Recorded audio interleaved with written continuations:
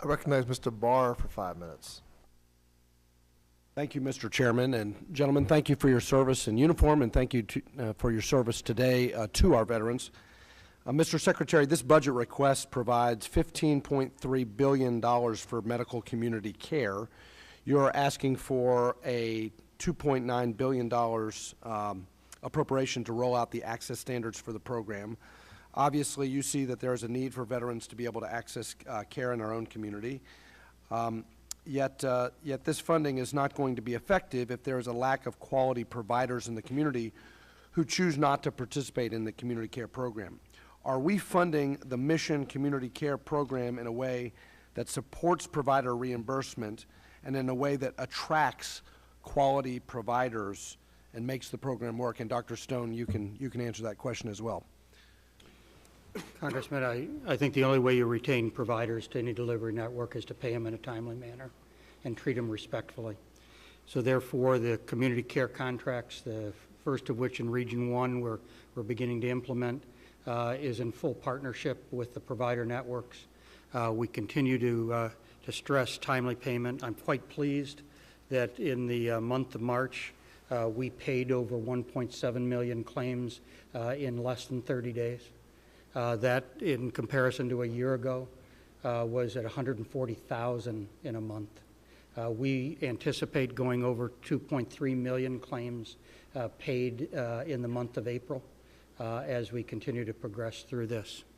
But retaining good community providers at high-quality institutions will only be effective if we can treat them respectfully and pay them in a timely manner. I fully agree with that, and the community care program is certainly something that the veterans that I represent are clamoring for, but they obviously it won't be effective if we don't not only timely reimburse but adequately reimburse to attract quality specialists to the program.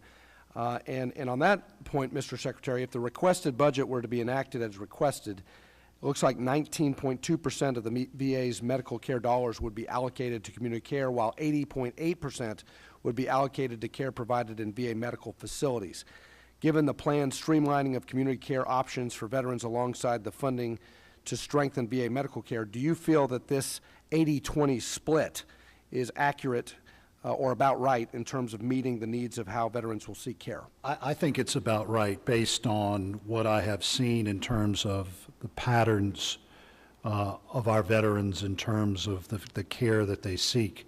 The other thing that I would add to that is it is adequate because the Mission Act is not full choice. The Mission Act applies only when we cannot provide the veteran a particular medical service within a specific amount of time. Based on the numbers that I've seen, that is not going to be a regular occurrence for most of our veterans. Right. So, no, I understand that. And so your assessment is that that 80-20 split is in line with the share of veterans actually seeking care within the VA versus within the community. Congressman, let me give a little more detail. In 2017, we purchased 32.5 million visits in the community. In 2018, that dropped by about 2 million to 30,500,000.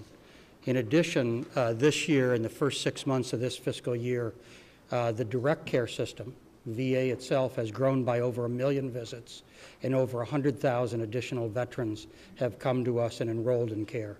So we think the split is about right. Okay. Thank you.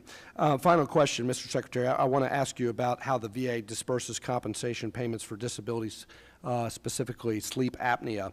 A 2018 VA annual benefits report listed sleep apnea as one of the most prevalent service-connected disabilities triggering VA compensation benefits.